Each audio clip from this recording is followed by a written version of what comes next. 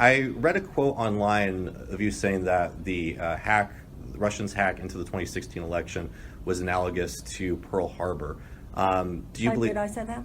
I saw on the Council on Foreign Relations website. I don't know if you actually did say that or write that, but that's what is up there attributed to. If that, yeah. Okay, so. Would that be an accurate reflection of how you assess the situation? I mean, 17 intelligence agencies in the United States all agreed that Russia did seek to interfere with our elections. And that would be analogous to an attack on Pearl Harbor. If you attack our elections, you're attacking it's like a major organ in the body politic. I mean, what is our freedom? What is our liberty? What is our democracy without our elections? So yeah, that's a big deal. Okay. I just want to correct you.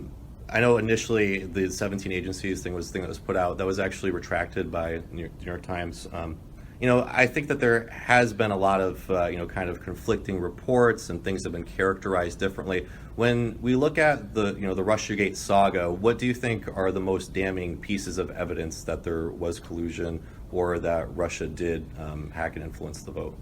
Well, cybersecurity experts and Facebook itself have concluded that many of the ads that were posted, many of the stories that were told were false, were outright false, and were there for the express purpose of helping to elect one candidate and to defeat another. I mean, what more do you need? That's kind of it right there. I think that there were different ads for different points of view, though, right? Like some were supporting Bernie Sanders, for example. There's a really famous one of like a silly coloring book of Bernie Sanders in a Speedo.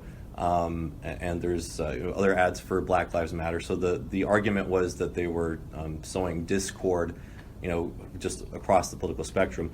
But even that, there was a famous instance in the Robert Mueller hearings where he was sort of asked about how he was unable to prove in court that the Internet Research Agency, who was putting out, all this clickbait, that they weren't able to actually prove that they were tied to the Russian government. Your report famously links Russian internet troll farms with the Russian government.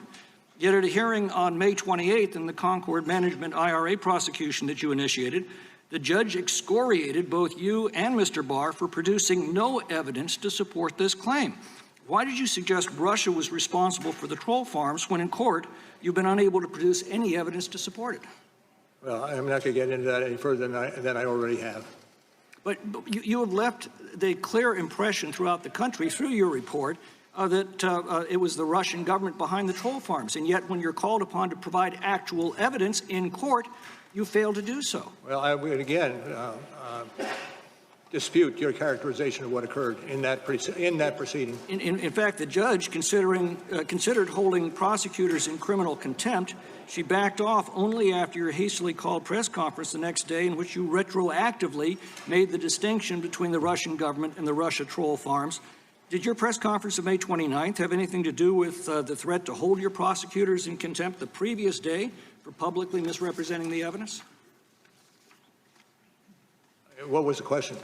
I look at the whole saga and just the kind of claims and then being pushed back and then... There are people on both the right and the left who have doubts about RussiaGate. This is what I know. There are assaults on our democracy. That I do know.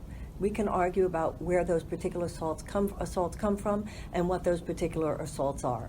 But the point is, there are assaults on our democracy. And what is needed is a reawakening of the democratic spirit among the American people. What we need is to make sure, regardless whether Russia is active or not, regardless of what's happening inside the government or not, what is most important is that the American people vote in this next election. Because nothing, whether it's Russia, whether it's domestic, whether it's foreign, there is no threat to our democracy that can stand if enough people vote. And in order for enough people to vote, we have to have some radical truth-telling so that enough people feel that there's really a legitimate reason for them to vote, that there's really a way in which their vote will make a difference. And that's what I'm concentrating on. I'm not so much concentrating on the opportunistic infection. I'm concentrating on the immune system of American democracy, and that is the American citizen. And that's what we all need to be concentrating on ourselves right now. Not so much what Russia did or didn't do, or anybody else did or didn't do, given that there are areas where none of us know totally for sure. We need to ask what we ourselves are doing or not doing, what we are going to do or not going to do in order to put this country back on track.